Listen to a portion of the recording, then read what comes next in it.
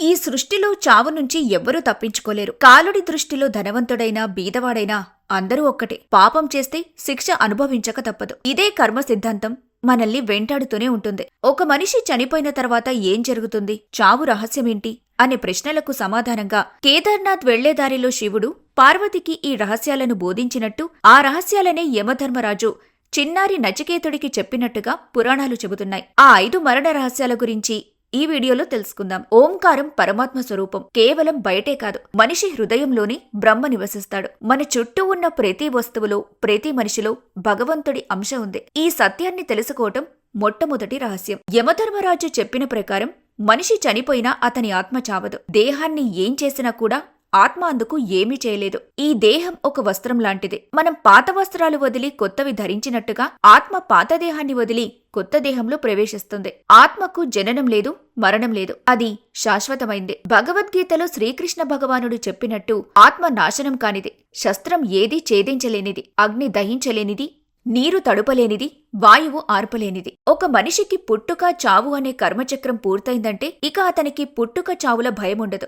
ఆ చక్రం నుంచి విముక్తి పొందిన ఆత్మ బ్రహ్మతో సమానంగా పరమాత్మలో ఐక్యం చెందుతుంది. ఇదే మోక్షం యొక్క పరమరహస్యం. యమధర్మరాజు చెప్పిన దాని ప్రకారం దేవుణ్ణి నమ్మని మనుషులు లేదా పాపభీతిని మరిచి తప్పులు చేసిన వారు చావు తర్వాత ఆత్మగా మారి ప్రశాంతత కోసం, మోక్షం కోసం తపిస్తూ ఈ లోకంలోనే అన్వేషిస్తూ ఉంటారు. అహం బ్రహ్మస్మి అంటే నీలో ఉన్న ఆత్మ పరమాత్మ అంశే. ఈ దివ్యమైన సత్యాన్ని తెలుసుకొని అహంకారం, నియంతృత్వ ధోరణులను వదిలి ఇతరులకు సహాయం చేస్తూ ధర్మ మార్గంలో జీవించాలి. అదే శివుడు పార్వతికి చెప్పిన జీవిత సారాంశం. ఈ మరణ రహస్యాలు మనలో జ్ఞానాన్ని, ఆధ్యాత్మిక చింతనను పెంచుతాయని ఆశిస్తున్నాం. ఈ సృష్టిలో చావు నుంచి ఎవ్వరూ తప్పించుకోలేరు. కాలుడి దృష్టిలో ధనవంతుడైనా బీదవాడైనా అందరూ ఒక్కటే. పాపం చేస్తే శిక్ష అనుభవించక తప్పదు. ఇదే కర్మ సిద్ధాంతం మనల్ని వెంటాడుతూనే ఉంటుంది. ఒక మనిషి చనిపోయిన తర్వాత ఏం జరుగుతుంది, చావు రహస్యమేంటి అనే ప్రశ్నలకు సమాధానంగా కేదార్నాథ్ వెళ్లేదారిలో శివుడు పార్వతికి ఈ రహస్యాలను బోధించినట్టు, ఆ రహస్యాలనే యమధర్మరాజు చిన్నారి నచికేతుడికి చెప్పినట్టుగా పురాణాలు చెబుతున్నాయి. ఆ 5 మరణ రహస్యాల గురించి ఈ వీడియోలో తెలుసుకుందాం. ఓంకారం పరమాత్మ స్వరూపం. కేవలం బయటే కాదు, మనిషి హృదయంలోని బ్రహ్మ నివసిస్తాడు. మన చుట్టూ ఉన్న ప్రతి వస్తువులో, ప్రతి మనిషిలో భగవంతుడి అంశ ఉంది. ఈ సత్యాన్ని తెలుసుకోవటం మొట్టమొదటి రహస్యం. యమధర్మరాజు చెప్పిన ప్రకారం మనిషి చనిపోయినా అతని ఆత్మ చావదు. దేహాన్ని ఏం చేసినా కూడా ఆత్మ అందుకు ఏమీ చేయలేదు. ఈ దేహం ఒక వస్త్రం లాంటిది. మనం పాత వస్త్రాలు వదిలి కొత్తవి ధరించినట్టుగా ఆత్మ పాత దేహాన్ని వదిలి కొత్త దేహంలో ప్రవేశిస్తుంది.